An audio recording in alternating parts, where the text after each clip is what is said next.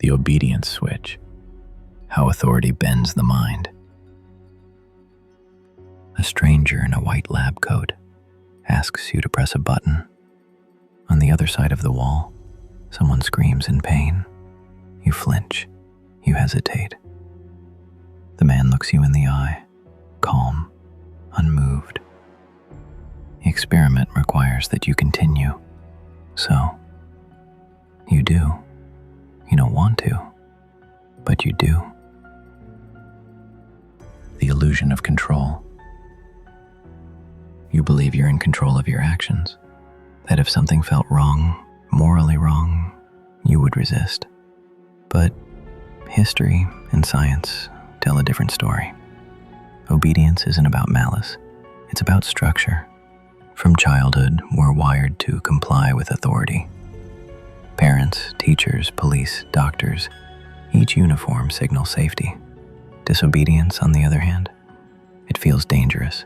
It threatens social order, and deep inside your brain equates that with survival risk. This is the obedience switch, an internal override for independent thought. Most people have no idea it's there until it's too late. The Milgram experiment. 1961, psychologist Stanley Milgram ran one of the most disturbing studies in history. Volunteers were told to administer electric shocks to a person behind a wall for every wrong answer on a memory test. The shocks weren't real. The screams were recordings. But the volunteers didn't know that. The setup was simple. A white lab coat, a clipboard, an air of confidence, and a quiet voice that said, "Please continue." As the screams escalated, begging, sobbing, silence, people kept going. 65% of participants delivered what they thought were lethal shocks. Not one was forced. They chose to obey. And when asked why, most said the same thing. "I was just following instructions." The comfort of delegated morality.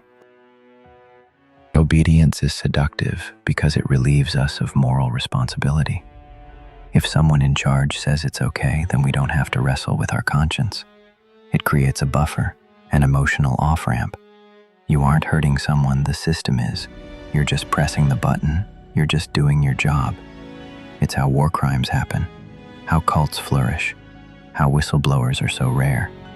Not because people are evil, but because it feels safer to comply than to resist. Obedience in everyday life. Obedience isn't confined to labs and war zones. It's in the office when no one questions the toxic boss. It's in schools where outdated systems persist unquestioned. It's in medical institutions where patients defer to status, not facts. But perhaps the most dangerous form? Digital obedience. Algorithms decide what you see. Verified badges decide who you trust. Brands tell you what's essential. You follow policies you never read, sign away rights with a fingerprint. Not because you understand, but because that's what everyone else is doing. It's no longer obedience to power. It's obedience to convenience. The ticking switch within. There is a part of you, right now, that's primed to obey. Not because you're weak, but because you're human. The obedience switch is subtle. It doesn't scream. It whispers. Everyone else is doing it. It's not your responsibility. This is how it's always been. And one day, without realizing it, you find yourself crossing a line you never thought you'd cross. Not with anger, but with silence. You don't need to be a villain to cause harm. Sometimes, all it takes is silence, obedience, and a well-dressed voice saying, "Continue." The real danger isn't authority. It's our unthinking submission to it. That switch inside you, you better learn where it is before someone else does. If this episode flipped a switch in your mind, subscribe to the Black Mirror Mind.